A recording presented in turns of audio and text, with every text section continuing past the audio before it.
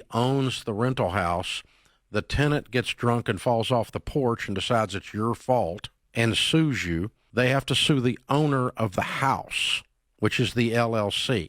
And if they were to win, they can take what that LLC owns, but nothing else.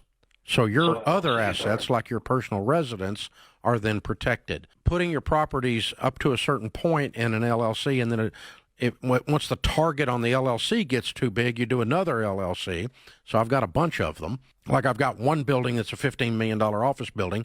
It's its own LLC. But if somebody falls over there, the worst case scenario, if they get past the insurance, they get past me paying lawyers to sue them for being stupid, and so on, the most they're going to get is that building. I'm not a lawyer, so I'm not going to just dabble too much into the liability aspect of owning LLC. Now, an LLC does give you some liability protection. However, there have been instances in the past where people have gone to court and something has happened to the taxpayer where they actually lost the benefit of the liability protection of the LLC. It's actually called piercing the corporate veil, and this can actually take away any liability protection or benefit that the LLC would give you. So even though you can get an LLC to give you some liability protection, and Dave mentioned a really good thing, you have a rental property, you should have some general liability insurance already in place, and you should also have maybe a lease contract or like some type of contract that the tenant must sign that is drafted by a lawyer in your state, and those two alone can really give you a lot of liability protection as it is. But then that next step is to have that LLC. You want to make sure that you are not commingling funds, because if they do come in and pierce the corporate veil, that will take away the liability protection that you have from that LLC.